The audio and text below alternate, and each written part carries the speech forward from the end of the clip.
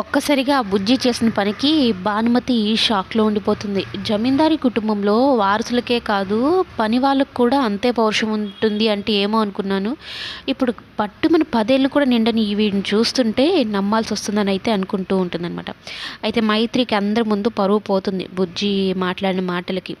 ఏంటి ఇంత చిన్న పిల్లాడు నన్నే ఎదిరించాడు, గడగడలాడించేశాడని. ఆదికేశవ రక్తం అంటే ఏంటో చూపిచ్చాడు అన్నట్టుగా. కానీ వాళ్ళ నాన్ని వదలను, వాడిని వదలను అంటూ పగ పెంచేసుకుంటుందనమాట.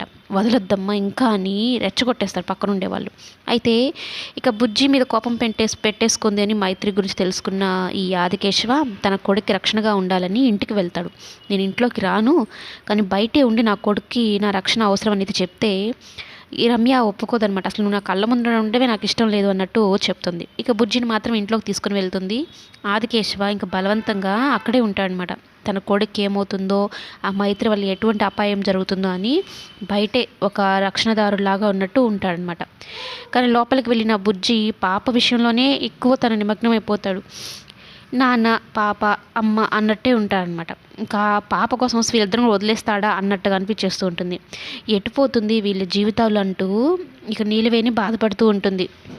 ఆనంద నిలయంగా ఉన్న ఈ ఇల్లు ఇప్పుడు సమస్యల నిలయంగా అయిపోయింది అని ఆదికేశవ చిన్నపిన్ని బాధపడుతూ ఉంటుందన్నమాట. మొత్తం మీద జరిగిన కథ ఇది.